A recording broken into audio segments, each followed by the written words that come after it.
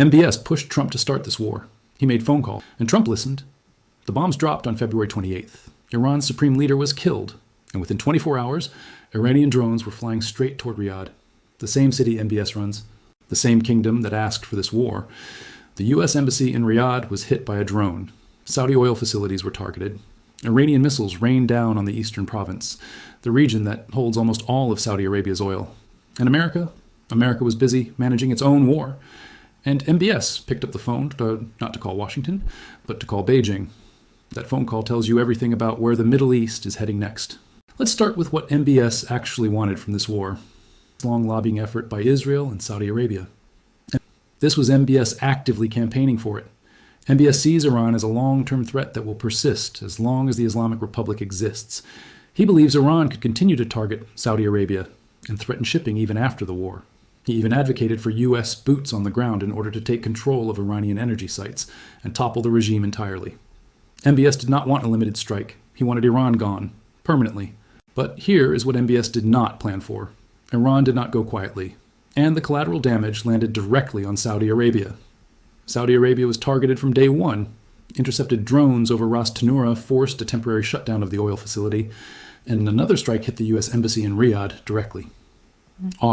As Tanura is not just any oil facility, it is one of the largest oil export terminals on Earth, the artery through which Saudi Arabia pumps its wealth into the global economy.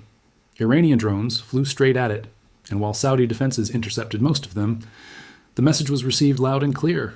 You wanted this war. Now live with the consequences. Saudi Arabia intercepted approximately 20 drones targeting its eastern province in a single day, a critical region housing the majority of the kingdom's energy and oil facilities. 20 drones, one day, on the most important piece of real estate in the Saudi economy.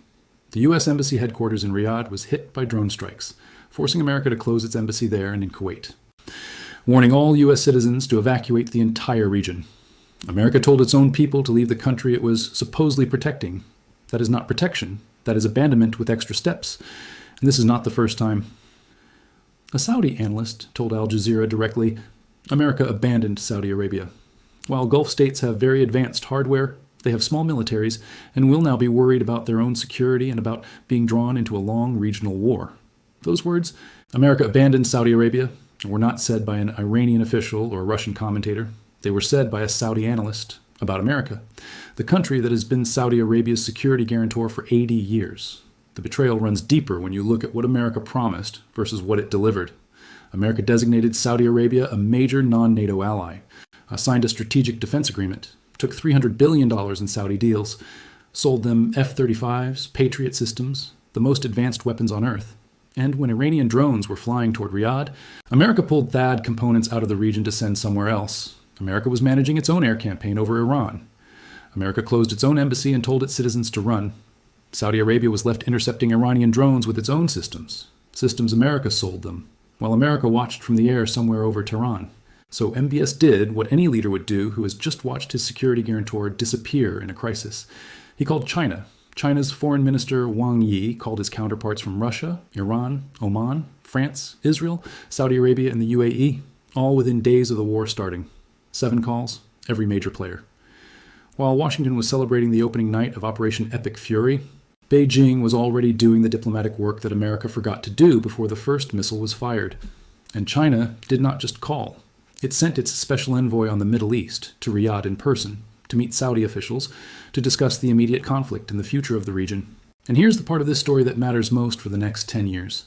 This relationship between Saudi Arabia and China did not start last week. It has been quietly building for a decade. Saudi Arabia needed investor confidence and regional stability to make Vision 2030 work. Its grand plan to transform from an oil-dependent kingdom into a diversified modern economy. And China has been funding that transformation while America was lecturing MBS about human rights and oil production quotas. China does not lecture. China invests. China builds. China shows up. And right now, when the missiles are flying and the American embassy is closed, China's envoy is sitting in a room in Riyadh having a calm conversation about the future. But here's the twist that makes this story genuinely complicated. MBS has not abandoned America either. Saudi Arabia and the UAE are losing patience with Iranian attacks on energy infrastructure and airports, and could join attacks on Iran if Tehran strikes their major energy. And waterside MBS still wants Iran weakened. He still wants the Islamic Republic gone. He is still pushing Trump behind the scenes to keep fighting. He is not choosing Beijing over Washington. He is doing something far more sophisticated. He is making America compete. He is making Washington understand that Saudi loyalty is not unconditional, that there is another phone number in his contacts, and that number has been answering every time.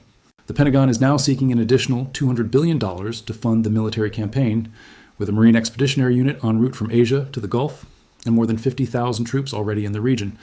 America is deepening its military commitment to this war. But deepening military commitment is not the same as providing the security guarantee that Saudi Arabia actually needs. Which is not more bombs over Tehran, but a credible promise that Riyadh will not be hit again. America cannot make that promise right now. China cannot make it either, but China is the one showing up to the meeting.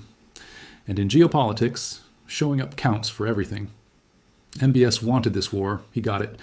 Iran is being bombed every day, but Riyadh is also being bombed every day. The oil facilities he built his entire Vision 2030 around are under drone attack. The American embassy in his capital is closed. The security umbrella he paid trillions for has holes in it big enough for 20 Iranian drones to fly through on a single afternoon. And the man who was supposed to be America's most important Arab ally has already made his first call to Beijing. Not his last, his first.